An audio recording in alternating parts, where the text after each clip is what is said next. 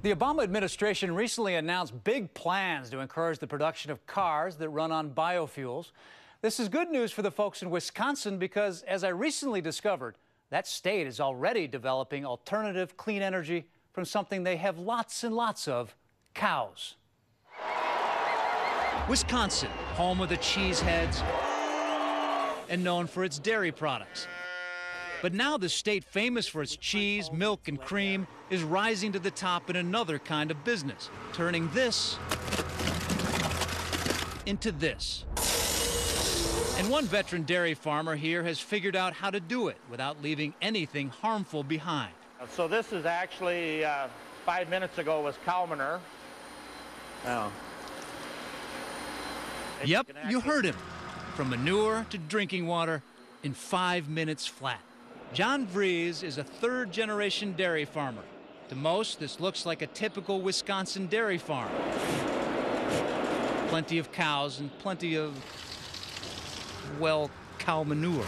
We installed a lagoon cover on the nutrients that are coming out of the cows, and it was literally for odor control. And that thing would blow up, and we'd have to suck the gas out from underneath it and flare it. And that's what got us to thinking about how can we use that energy. So he decided to install what is called an anaerobic digester.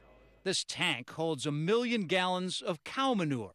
Inside, it is broken down by millions and millions of microorganisms. And that digester can create the equivalent of 100,000 cubic feet of natural gas each and every day. So it's really a renewable energy.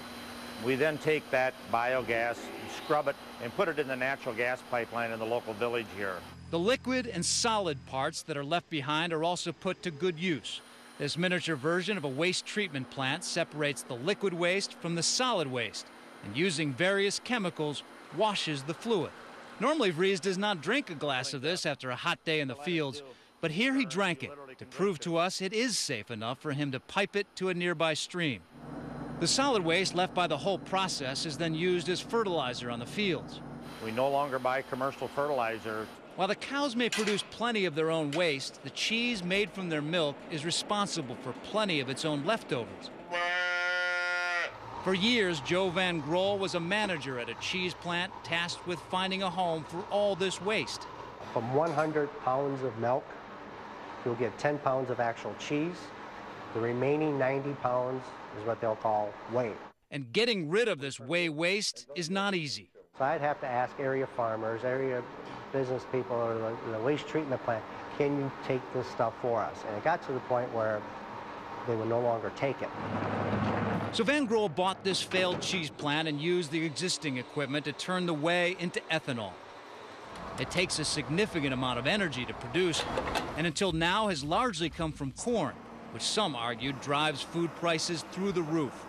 Van Grol found the solution to both problems. The secret is yeast. The same thing that makes bread rise can also break down this cheese waste.